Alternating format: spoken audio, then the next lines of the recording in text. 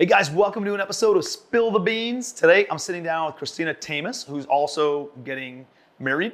And so she's gonna be Christina Walbolt in just a couple months. But yeah, I'm sitting down with her. She's a Clevelander. She's a member of Legacy Family. She actually is recording an episode of Legacy Wealth Academy right now on how to get into your first rental.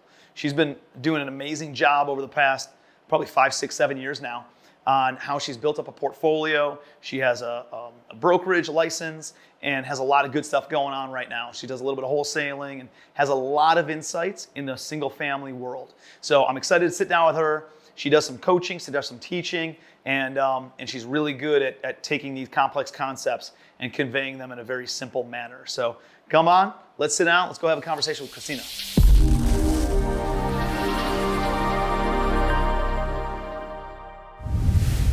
Christina, first of all, I want to hug. Yeah, of course. How are you? Good, how are you? Good. Christina Tamas, soon to be Walbolt, good friend, engaged, getting married this fall. Yep. So congratulations on that. Thank you. And I'm excited. I know you're here. You were recording this morning. Yeah. Doing your Legacy Wealth Academy masterclass on how to get started in rental real estate. Yes. And you got a book coming out, a whole bunch of other stuff. So I want to unpack all of it. But first, let's talk a little bit about like your backstory. So how did you become an entrepreneur? How did you get into real estate? What does that journey look like? Yeah, so I went and I did kind of the traditional route. That's what I knew. That's what my family knew. I went to college for 3 years at 3 different colleges, but I could never figure out what the hell I wanted to do. Mm-hmm. So I never actually graduated from college. And I just always had this mindset of something more, something different. I worked the same corporate job for about 11 years. And at the time, my daughter was 1, and I looked in the mirror and I was like, there's gotta be more to life than this. Mm-hmm. You know, I'd go to work, I'd drop her off at daycare, go to work, and then come home, like pick her up, come home, cook dinner, and I'd see her for maybe a max of 2 hours. Mm-hmm. And obviously, like when you're a parent, you wanna see your kids more, you wanna live the life you wanna live. So I had a friend that was doing real estate, and I was learning like what capacity? He was doing real estate investing. Okay. And so I started to learn a little bit more about what he was doing, and I was like, that's the kind of money I want to make. Mm-hmm. That's the kind of lifestyle I want, you know? So what I did was I literally up and left my corporate job, put my 2 weeks in, left my corporate job, started wholesaling. Never did a deal before. No, and you just burned the ships. Yep. Yeah. So, I just put it all out there, but I got my realtor license and I started wholesaling at the same time. And, then as time went on, I bought my first rental and all of that. And what I found was we would be going out with our friends and everything. And every single time we would go out, I would be talking about what I was doing. Mm-hmm. And people were so intrigued by it. You know, mm-hmm. I'm talking about these rentals that I'm doing and, the income every month and all of that. And people were like, man, you have a knack for this. Like, you should be teaching this. And so I kind of took their suggestion and I ended up doing creating my coaching group and everything. And I didn't know how to invest in real estate when I first got going. And I thought, man, I wish that somebody would have taught me step by step on how to do these things, like, mm-hmm. and what not to do too. Did you just learn by School of Hard Knocks? Yeah.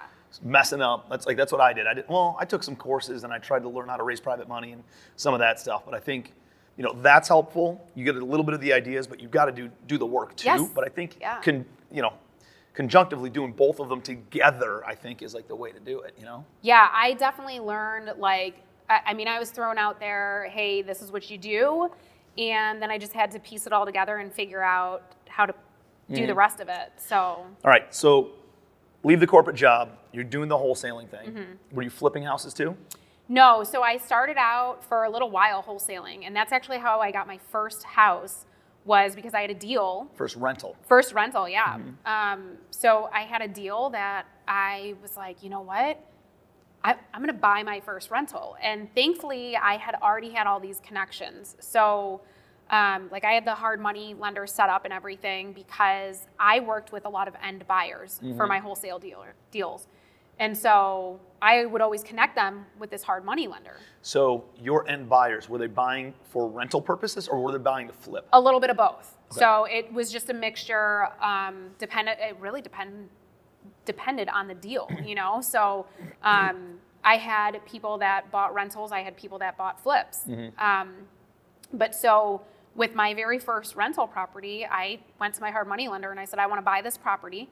And, I put my points down. That was the only money out of my own pocket that I put down.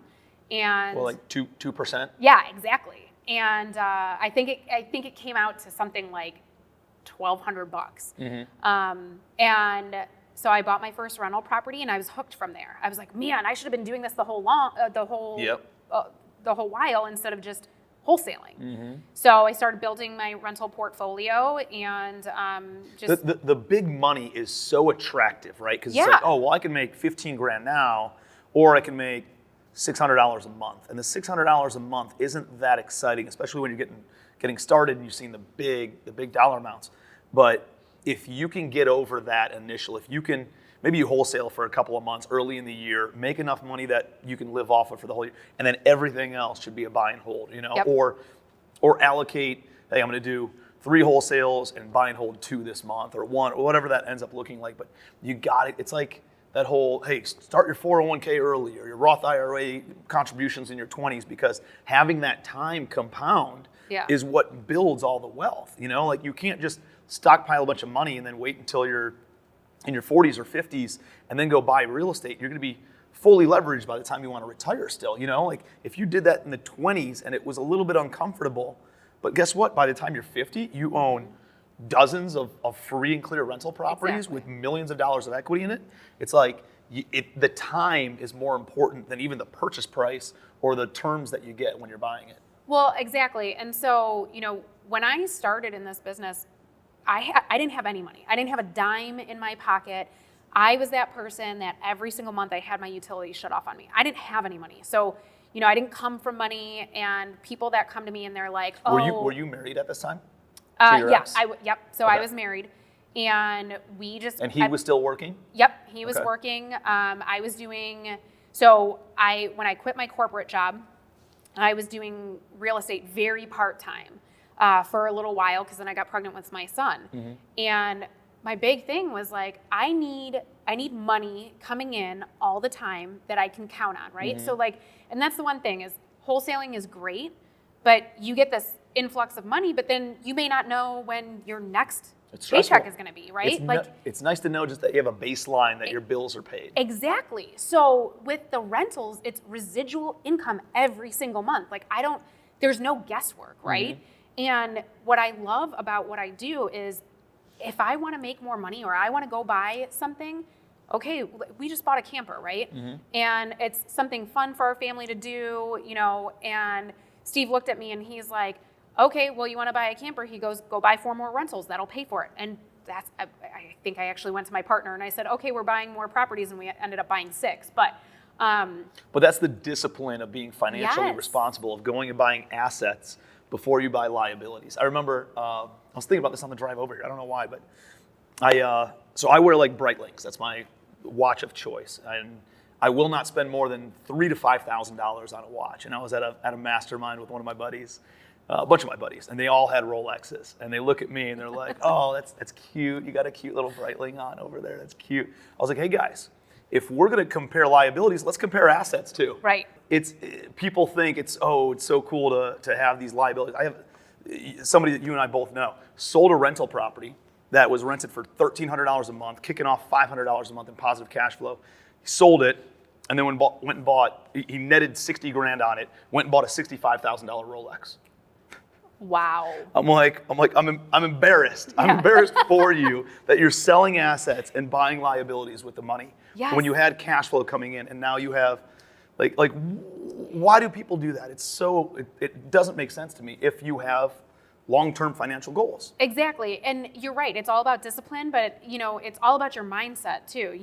And we teach our kids that, hey, if you want to do something, you've got to earn the money for it, right? And we started them out at a young age. They're not allowed to say, I want or can I get. They have to say, oh, I'm going to earn this. Love it. And that's what they do, I love it. And we actually involve the kids in everything that we do. So it's funny, take them to the properties. 100%. And I did. So Rula is she's 7 going on 8. She is obsessed with doing videos, And so a couple weeks ago, I'm like, hey, I got a new sign. You want to do some videos in front of it?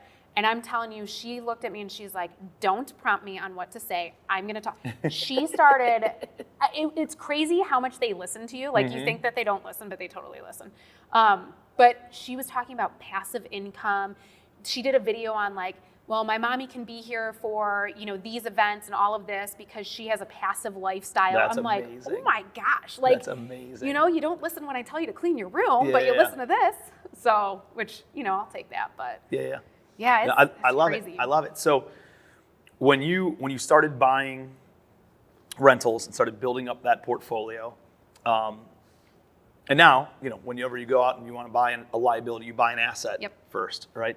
And so what has that turned into as far as from a lifestyle standpoint and from like a coaching standpoint? Like what are some of the biggest hurdles that you see?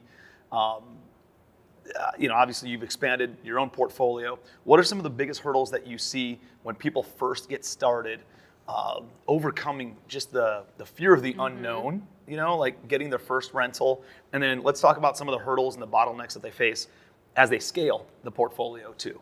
So what do you think are some of the biggest bottlenecks that people face when they first get into or want to get into buying a rental? So one of the biggest things that I see time and time again, and I'm sure you can relate to this, is people don't want to spend the money to invest in themselves.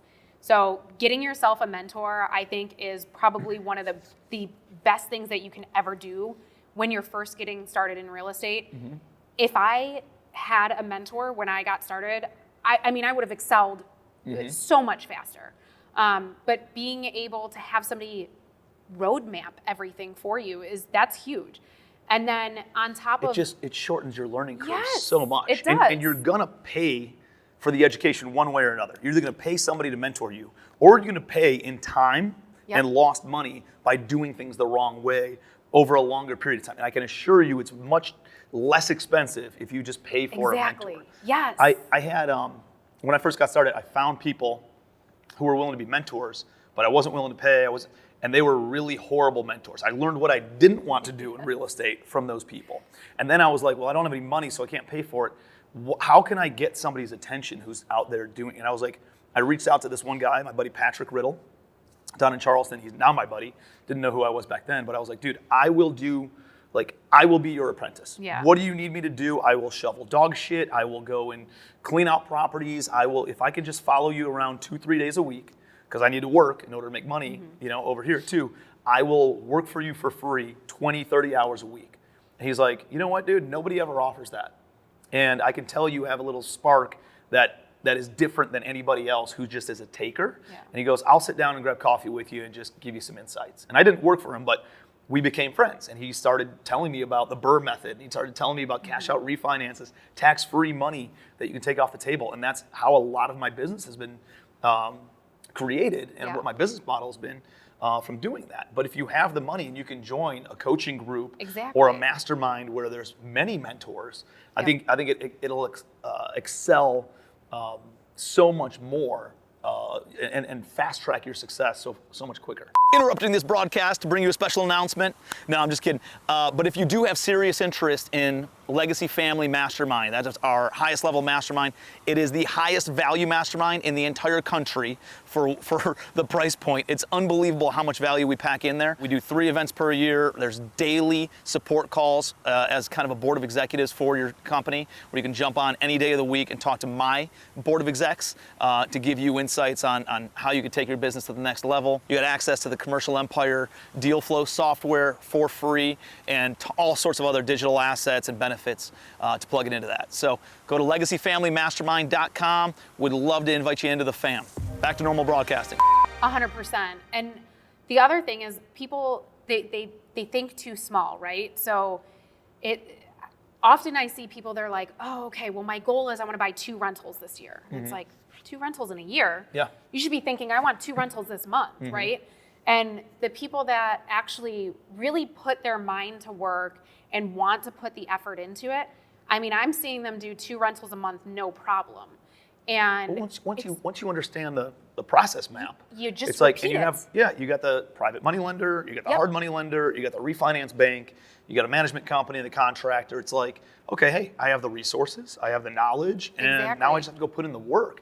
There's no reason you couldn't just do more of it. If you did it once, you could do it again. Exactly. And the thing too is like once you get to the point where I always say that real estate's super addicting. Like once you buy that first property, you're like, okay, when's the next rush? Like I want to buy more.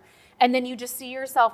I mean, I'm telling you right now, like I go to my partner and I'll tell him, I'll be like, okay, hey, we're buying this next rental property. He's like, we just bought one like 3 days ago. I'm like, yep, we're going to buy another one. I mean, I get into these modes where I'm like, shit, don't kill me, but we just bought another one. Like just got the offer accepted, you know? And it is, and you just have to flow with it, right? Yeah. Like, and you just go do it. Like there's no, stop thinking about it. I have a lot of people that say, oh, I need to educate myself. I'm going to take the next 6 months and educate myself. Well, you're not going to learn unless you do. Like you have to do. I mean, yes, educate yourself, but at the same time, you have to put the action into place. Yep. You know? But all right, well, hey, I don't have access to the money. I don't know where to even go and get refinanced. I don't know any contractors. Like, it's very intimidating to go make an offer first, right? It's even scarier when the shit gets accepted. You know? Yes. Then it's like, oh man, this is real. Now what do I do? So what would you say, like, do you need all the ducks in the row? Or like, how do you move forward and still have a level of comfort in knowing that I'm not going to get my legs taken out, you know? So it's not too risky. Like when people ask me that, this is where I say, look, you know, the old saying, your network is your net worth. It's 100% true, right? Like you provide all the people that somebody needs to go buy real estate. I provide all of that as well on a residential side. And if you surround yourself with the right people, it's going to come. You know, the attorneys that you need, the property management, the lenders, all of that. You know, people focus so much on, I have to have this all laid out before I buy a deal. Guess what? If you have a deal, it's going to come. The money comes to you. Like, you know, as we were filming this morning, I was talking about, listen, you have to educate these private lenders. A lot of people don't even understand what it means to be involved in real estate. They truly think that it means, oh, I have to go do the work, or I have to go find the deal, or I have to find the the tenants, things like that. People don't understand that they can lend money and they can make an income very passively. And that's very intriguing to a lot of people. I have people that come to me now and they're like, hey, look, I see what you're doing. I love what you're doing. I don't want to be involved in the day-to-day. Is there a way that I can be involved? Yes. Let's have some conversations about what that looks like. So it's all about educating other people and talking about what you do. If you don't make it aware that, so I tell this story. So we moved into our neighborhood and we became really good friends with our next door neighbors. Although 3 months later, they put their house up for sale. So I was upstairs, I look outside, I see this realtor sign go in the front yard. I'm like, what the hell? So I call our neighbors up. I said, Kim, I'm like, first of all, you guys aren't allowed to move. I said, second, why wouldn't you use me to sell your house? I'm a realtor. And she goes, oh, I thought all you did was invest in properties. She goes, that's all you talk about. I don't ever talk about being a realtor. It's not something I advertise, but she's a close friend. You know, I'll do it for friends and family. So that's a perfect example. My own next door neighbor didn't even know that I could list her house because I didn't talk about it. So if you don't talk about being an investor, nobody's going to know you're looking for a house or money or contractors. Totally. So I agree 100%. You can't be a super secret agent and expect people to just come to you and say, oh, I heard you wanted to buy a rental property. My grandma just moved into a nursing home and we're selling her house for pennies on the dollar. You know, do you want to buy it? They don't do that, right? You have to be out there talking to people about it. Exactly. And then I love what you said about educating people as well. Like educating your friends, educating your family, educating your private money investors. You don't have to go out and sell people to passively invest with you. It sells itself, right? It's like all you have to do is offer it. And they're like, yeah, where do I sign up? Like toe to toe against anything else. You see what happens at the stock market, right? You see what's going on with Bitcoin. You see what's going on with these e-commerce stores. Everything's getting clobbered right now except for rental real estate. and rents continue to rise, and you're making more returns, and you're not losing principal Yes. on these deals. And so if you have that, that's powerful. And then the third thing that you alluded to is like, how long have you been investing? So I've been doing this for 6 years. 6 years investing in real estate. You've had 6 years of relationships Yep. with contractors, the good and the bad, with title companies, the good and the bad, with private money lenders, with hard money lenders, with banks and financial institutions, and insurance agents, and all these different expertises out there where somebody's like, I need to go and develop all these relationships quickly in order to have, know where to do and what to go for, and find a CPA and an attorney and all. Man, they plug into you and your network, and you're able to say, hey, here's 6 years Yep. of refining these relationships and finding the best CPA and the best insurance agent and the best mortgage broker and the best all the way down the line. And it instantaneously fast tracks their success. 6 years ahead. Big time. I did an interview with Kevin Harrington from Shark Tank last year, and that was like my first aha moment. I was explaining this to him, and he's like, so wait a minute. He's like, so over the last 5 years, you've built this dream team, and you are willing to share your dream team with your coaching program. I'm like, yeah. He's like, you don't get that. You don't get that just from going and saying, I want to invest in real estate. Mm-hmm. He's like 5 years, now 6 years of building that. And that was, a light bulb went off, like I had never thought of it that way. But now I'm like, man, you're right. Like I have spent 6 years and again, making mistakes that now I pass along to people. Don't make this same mistake. Yep. And I've weeded out the good from the bad. And here's the thing. People still make the same stupid mistakes, Sure. right? Like they still, I'm in a deal right now, a minority partner in it, and just sponsored the loan. And we bought a property for $75,000 a door, thinking we could sell it for $100,000 a door. We get an offer for $125,000 a door. And the guys are like, I think we can get $130,000. I was like, don't be pigs, friggin' sell this thing. Yeah. They decide to wait, interest rates go up, that buyer bails, somebody else comes in. I think we're selling for $110,000 a door now. Damn. That's $1 million hit. $15,000 a door on 60 doors is $1 million, $900,000 of a price reduction that we had to give because people were too greedy. Yep. Right?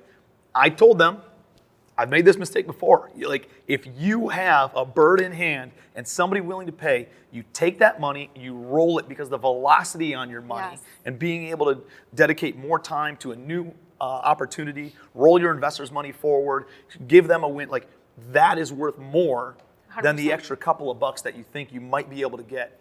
But they're newer and Yep. they didn't believe it, and so they're still going to make some of those mistakes. But I guess my point is, you don't have to make those mistakes. You will make those mistakes if you're newer and you're early on and you don't listen. But it's okay. They're still going to make some Yep. money. But more importantly, the relationships, you don't have to make any of those mistakes. You're like, Yep. right out of the gate, you know that you can use that person and this person and that person. And like that alone will compress the timeline to have success and take them from what you've done in 6 years. Maybe they can do it in 24 months, Yep. One of the big mistakes that I see time and time again, and it drives me nuts, is people, like brand new investors that have never even bought a deal before. They buy this deal, they either want to flip it or they want to rent it out. Maybe it's a 2-bedroom house, and they're like, oh, I can convert this to a 3-bedroom. I just got to knock out these walls and do this and that and whatever.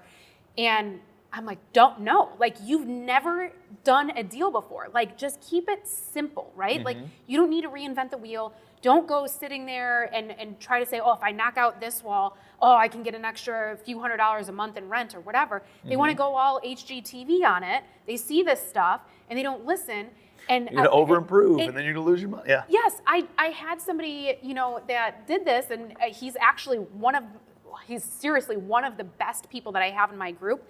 And he came to me the one time, a couple months ago, he bought a 2-bedroom house that he wanted to convert to 3-bedroom. I'm like, don't reinvent the wheel, just keep it as a 2, just flip it and be done with it.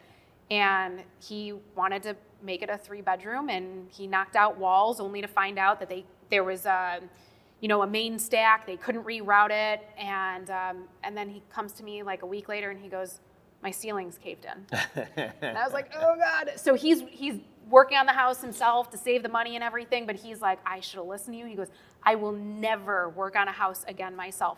And like, again, to your point, like, yes, they're going to make their mistakes and everything, but he looked at it, he's like, I learned from this. Yeah, like, for sure. I have absolutely learned from this. And I think that's the biggest takeaway too, is he didn't quit. He's not going to quit. He's going to keep doing things, but he's going to go about it in a little bit different way next time. So yeah. My favorite part about especially rental real estate, right? If you're in speculative real estate, meaning you're buying to flip, you're building to sell, you're doing things like that, you're improving the land in order to fire it off to some home builder, that's more speculative because you're basing it on what is going to happen in the market, what the market looks like 6, 12, maybe 18, 24 months down the road if it's commercial. I think the baseline that I try to convey to people who are trying to get started in rental real estate is that rental real estate, if you're buying it and holding it for the long term, it smooths over any rough waters. It smooths over any sort of mistakes that you can make because over time, rents increase, principal gets paid down, and even if you're underwater on a deal today, you pay retail price. If you're buying it for 5, 10, 15, 30 years down the road, you'll eventually pay down enough principal, the property will appreciate, and you'll still be able to make money on this thing, right? When you back yourself into a position where you have to sell in 6 months or 12 months, I think that's when you're not in a good spot. If you can have a minimum baseline of this thing will rent and I can cover all my operating expenses, all my debt service, and put a couple bucks in my pocket, you can ride out any sort of economic storm that could be coming down the path. So I think that's a really important lesson. Like the one building I ever lost money on, and I've lost money on flips because I suck at flips and because it's speculative, right? Or more speculative than the rental side of things. But I bought an apartment complex and I thought I was going to flip it, so I went in with a speculative idea on it, and I ended up selling it 18 months later. It was a disaster. There was 80% occupied, but only 25% economically occupied. So physical occupancy does not mean people are paying, Yeah. And it ended up being such a time suck on my team that I ended up selling it and losing about $40,000, $50,000, writing a check to get rid of it. But here's the beauty of it. If I would have hung on to it for 24 months, rents would have skyrocketed upward. Values, interest rates came down and everything else happened. And I could have sold it and made, I don't know, hundreds and hundreds of thousands of dollars if I would have just hung on to it a little bit longer. And I would have paid down some principal. Even if the market didn't boom and get all exciting over the past couple of years, we still would have had enough of just a traditional rental bump and a principal pay down where it would have allowed us to at least sell it and break even within 12, 24, definitely 36 months. So that's the beauty of it, right? It's so risky. It's really not if you're buying rental real estate. And if you have a long-term vision, it's not a risky proposition at all. That's exactly right. I mean, we'll flip here and there, but not a big fan of flipping. Or worst case scenario, that you can cash flow it, or if you're not doing $800,000 flips. And here's the thing. My partner and I, every time that we walk into a deal, we have multiple exit strategies in mind. We never have just one. What if something does go south, right? And, I know a lot of people that they would buy solely on the Airbnb model. And then when COVID hit, I had so many people coming to me asking me for their help, for my help. I'm like, you have to have multiple exit strategies on every deal that you do, And that's like, oh, well, if I want to follow the 1% rule, and this house is going to rent for $800 a month, I'd be willing to be all into it for $80,000. But I can Airbnb it and I can make 3 times as much rent, and so I can get $2,400 a month in rent. That doesn't mean the house is worth $240,000. Exactly. Yes. And that's what all these guys did. Yep, exactly. I mean, I buy for the long term.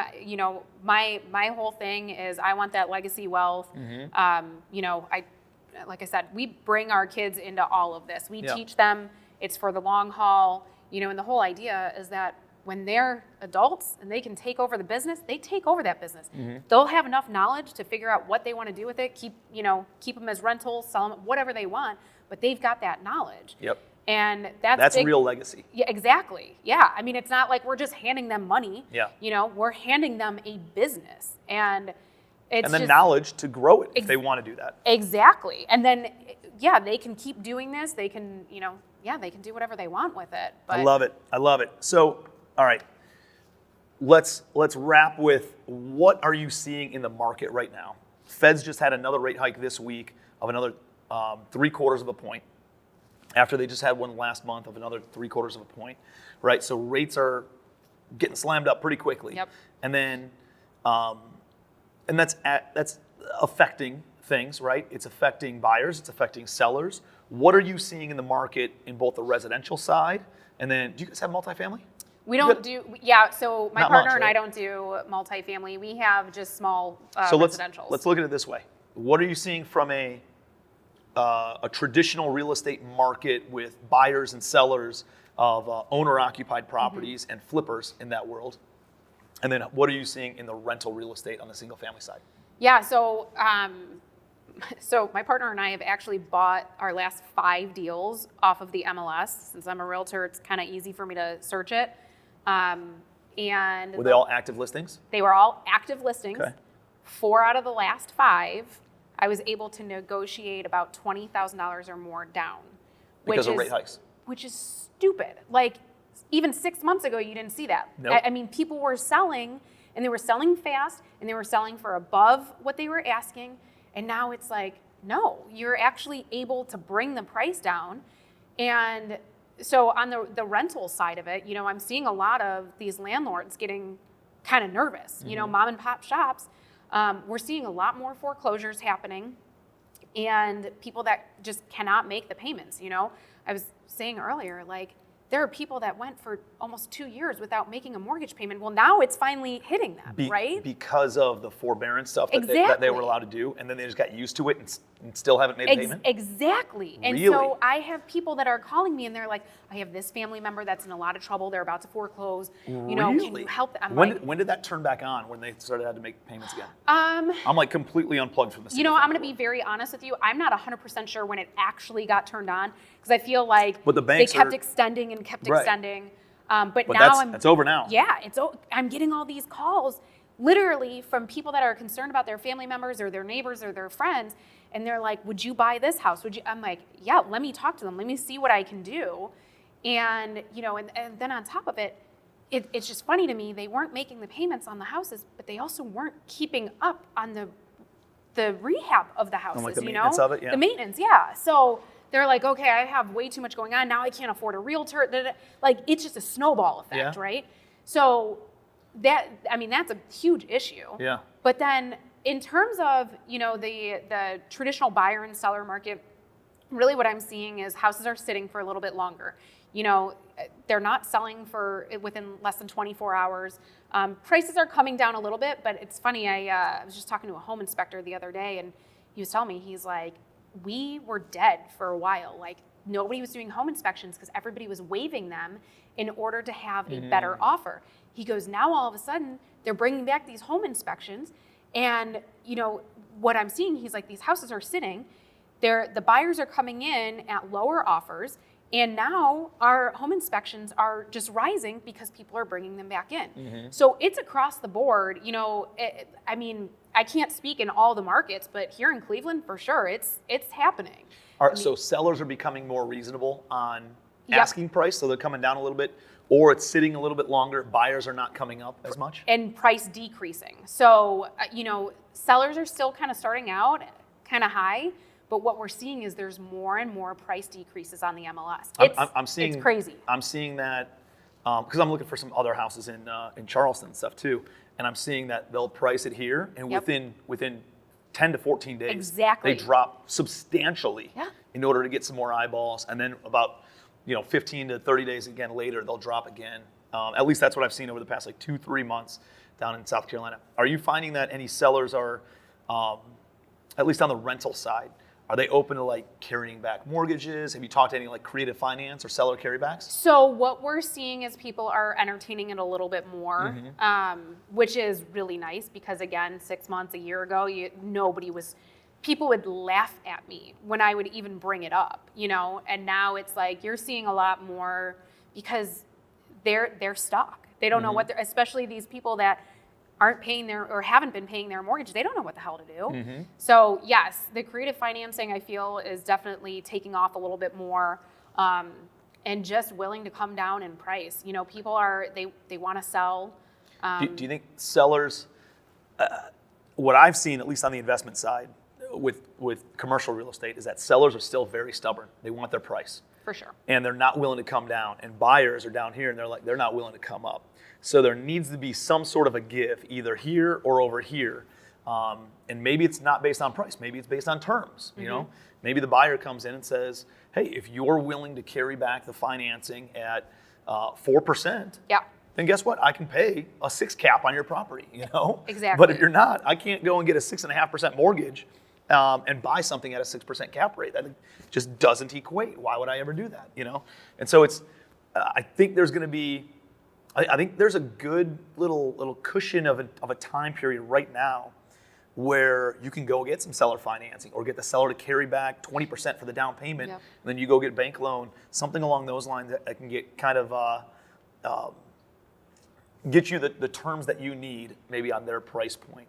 And that's what's one of the things that we're doing. We're making 2 offers. So we'll make an offer that's just, hey, let me cash you out in full, but it's like 70 cents on the dollar. Yeah. And then the other one is, hey, we'll pay 85 cents or 85 to 90% of your asking price, but I need you to carry back the financing or you be my equity investor in that deal. So I think it's a cool way to go and pick up a lot of properties over the next 6 to 12 months. And then who knows, where do you see the market going if rates continue to increase, which the Fed's saying it's going to do? Yeah, so I mean, I think, honestly, I think it's going to be kind of a steady, like, where there are changes. I don't see it being a drastic change, but that's just my opinion, right? Like, obviously everybody has their opinions, but I definitely see it being better for us investors. Again, with foreclosures on the rise, like it is insane how many foreclosures we are seeing popping up, how many more vacant properties just as we're driving down the streets where our rentals are, and seeing how many houses are basically being abandoned. Yeah. And wow. So I do think that we're going to see a lot more of that, a lot more people willing to negotiate and whatnot, like sellers coming down on the price. And by coming down, it's like there's been such a run up on pricing. It's like they're not really coming down. They're coming back to 2020 normal, pricing, right? like 2 years ago. That's same thing that happened with the stock market. The stock market went up by like 30% because it was all these different asset classes were all propped up with all the government. You know, I mean, they printed $7 or $10 trillion. Like, how do you not expect a run up in all these different values? So now they're just coming back to more of a normal market. Right. And even though it's normal, it's scaring a lot of people because it looks like it's coming down. But I like that because it gets rid of just the riffraff 100%. And the people who aren't in this for, you know, long-term wealth building, and they're just trying to get rich quick, and they're screwing things up for people like you and me and a lot of other people who are trying to really who are professionals in the industry. Well, and that raises a good point, is I have so many people that say, oh, I'm going to wait until the market evens out. And it's like, well, you know what? Hey, that's totally fine because you're not educated. You don't know what the hell you're doing.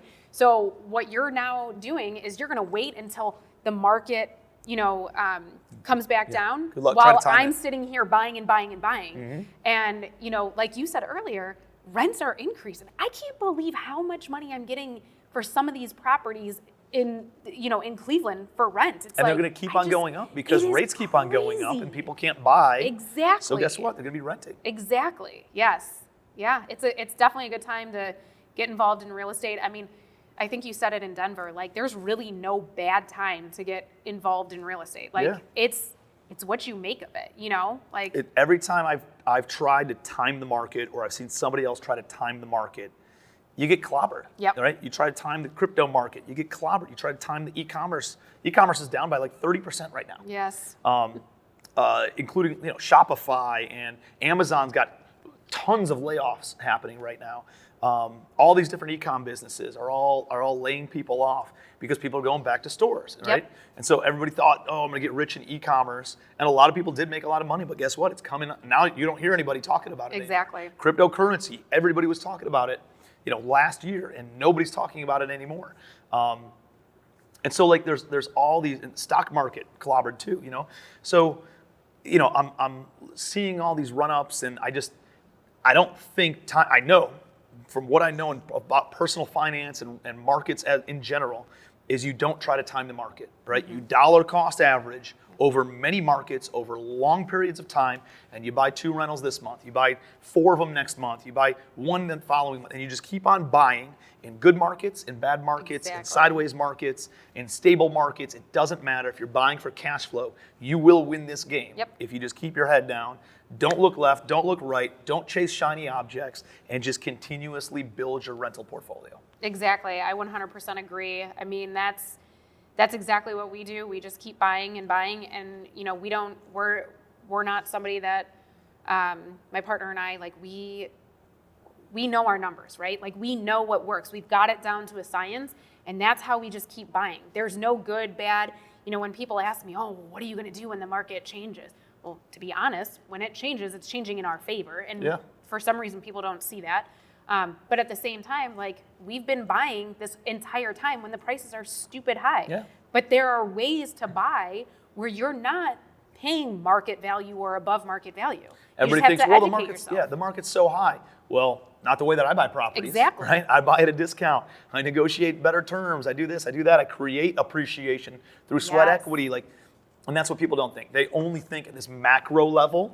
They're not looking at the individual deal, and that there's many sellers who are very motivated to sell properties, right? And despite what's going on with the overall economy and how hot it is, somebody probably is getting divorced, or a grandparent passed away. They inherited the property. They don't want anything to do with it. They don't want to have to maintain it. They don't want to have to renovate it. They just want somebody to take this headache off their plate. And so, like, there's all those different motivations that people still are willing to take a price reduction. Like, why would anybody take a discount on their price? Because it's a bigger headache than it is worth for the additional money that they're going to make on it. And that's one of those things that people just don't understand if you're not in this industry like we are, Yeah, and what I tell people all the time, it's not always about the dollar amount, right? Like, I mean, you just listed off several reasons why people might want to sell.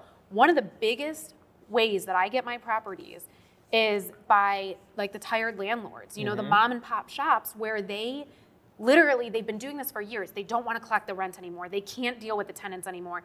And they can't keep up on all of the maintenance and everything.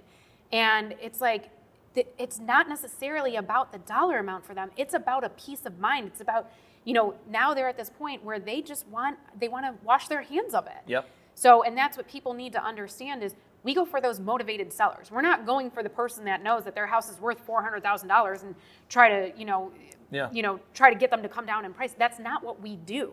And I think solve problems on a personal level where that's worth more to them than getting top dollar for the property. Exactly. You provide solutions. Love it. I love it. So this is so good.